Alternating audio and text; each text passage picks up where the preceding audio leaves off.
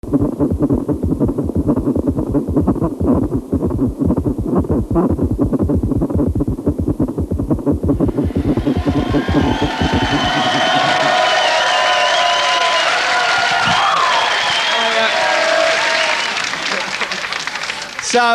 listen, tonight's show is really a sort of bit of a roundup to all the stuff that we've been getting up to and all the things that have sort of happened since the stuff we started in September.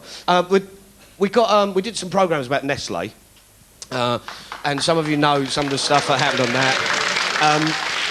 This MEP, this member of the European Parliament, has brought up the Nestle stuff at the European Parliament. These European Union manufactured Nestle. Also, we tried to get, in one of the programmes, we tried to take a big bear, out to Iraq and break the sanctions, because you need an export licence to get a soft toy out to Iraq. You need an export licence for fucking everything.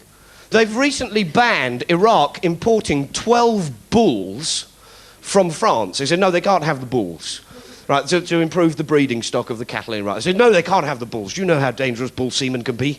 It's a dual use. Take your eye out. Soldiers running across the hill, and there's Saddam with a cup of... Fucking madness. Can we show the pictures of the bear, though? Because the bear did get to Baghdad. There it is. The bear's in Baghdad. And can we also... There we are, there's the bear in the Al Masoud hospital. And come here, he's all right, actually. He's fine, because it looks like he's actually in the bed, but he's fine. And there's another one, isn't there? Have we got another one there? It's quite sweet, you forget. There we are. Someone took him to school. Also, we did a show about David Shaler. And the MI5 guy.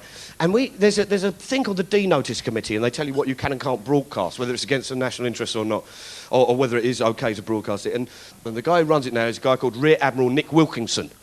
And we phoned him up and said, look, we've got a videotape of French acrobats waving sparklers in the sky, spelling out what they may or may not have seen in classified documents on the floor of the Paris embassy. Can we show this footage, because it might break official secrets? And he went, right, bring it round, MOD, 11 o'clock. Right? And we get in there and we play him the tape. And we played him the long version, about 8 minutes of sparklers and French acrobats. So can we broadcast that? He said, well, I think it's very funny. But I will have to let MI5 and MI6 see it, and just to check it through. I'll tell them it's all good fun and they should broadcast it. I said, oh, great, that's cool. I said, we have got one slight problem, which is David Shaler, the ex-MI5 whistleblower, has said he's going to send me a Christmas card, and in the Christmas card he said that he's going to put a surprise in. What happens if I open the Christmas card, there's something that breaches the Official Secrets Act, and I've read it? Am I liable to a legal charge? He said, not if you bring it straight to me.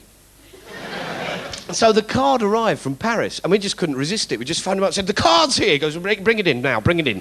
Don't open it, just bring it straight in, I'll read it for you. So we go up to him, he goes, you sit here, I'll open it for you. Opens it, and there's this tacky Christmas baubles on the outside, and he reads it and just starts laughing. He said, no, I haven't got a problem with that. You can keep that. I said, we can keep it. He said, yeah, absolutely. And I opened it up, it's got, Dear Mark and Jack, then a name, a prominent Labour politician's wife, has got a file at MI5.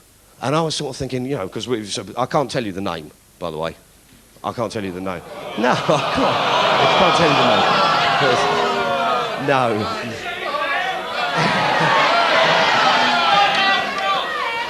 Did you say, what did you say? I can't reveal that to you. So I've said to him, I can keep it. He said, yes. I said, can we broadcast it? He said, no, now you're in problems. And I just thought, fucking hell, it's a Christmas card. It's a Christmas card. What's going to happen if I reveal the name? What else have we done? Oh, yeah, I've got to tell you, Burma. We did a programme about Burma, and we did an interview with the ambassador from Burma, Dr. Kwai Win, and he's quite pleased that we're doing a friendly interview. Because I was saying, people don't understand in the West. They don't understand that you can't just put democracy into Burma and ask people to vote. It's almost patronising to force the vote upon them, isn't it? Yes, it is. They just don't understand. At one point, I started talking in analogies. And I said, would it be fair to describe the democracy in Burma? It's a bit like this. Democracy's like a plant in a living room. It must be cleaned, it must be washed, it must be watered, it must be tended to, it must be nurtured. If it's cold, the heating must be turned up. But it needs to be clipped back. It needs to be cut. It needs to know where it is. It needs to know its position. For if it spread everywhere, we would have plant anarchy. Is that a good analogy for Burma? He said, yes. I would agree with that. Roses have to be pruned to make them look, like beautiful roses. A few days later, this mate of us phoned us up and just went, Mark, turn on the BBC World News. Just turn it on. Dr. Kwai Win's on. He's talking about democracy. And he was there going, democracy is like a very delicate flower.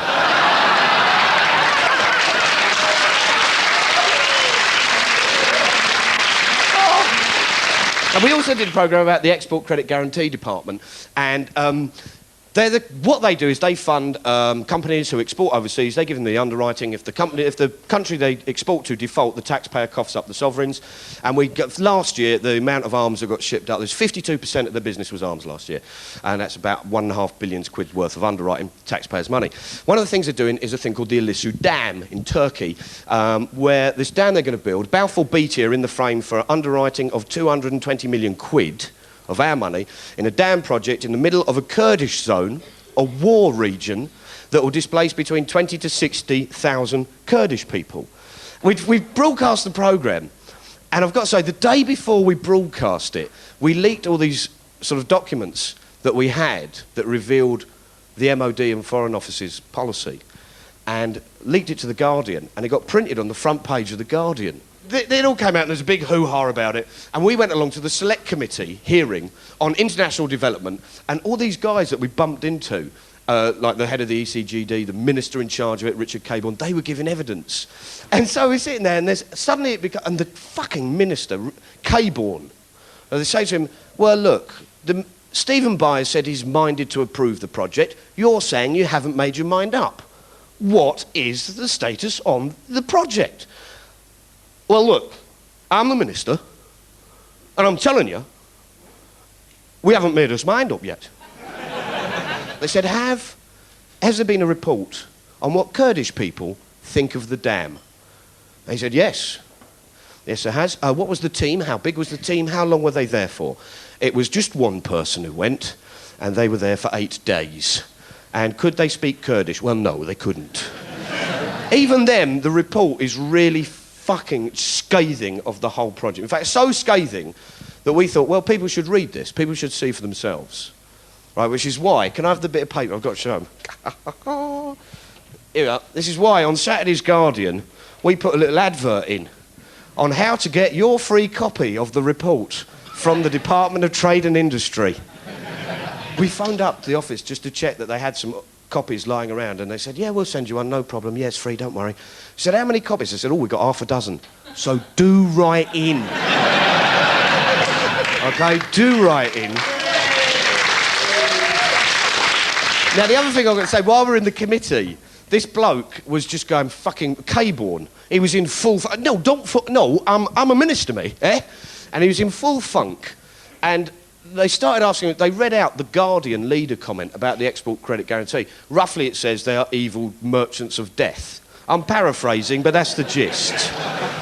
And they read out and said, what's your reaction to that? And he does all this, well, you know, that's the Guardian, you know, it's just liberals and Trotskyites, you know, You know, I don't fuck around, I like a sausage, leave us alone. And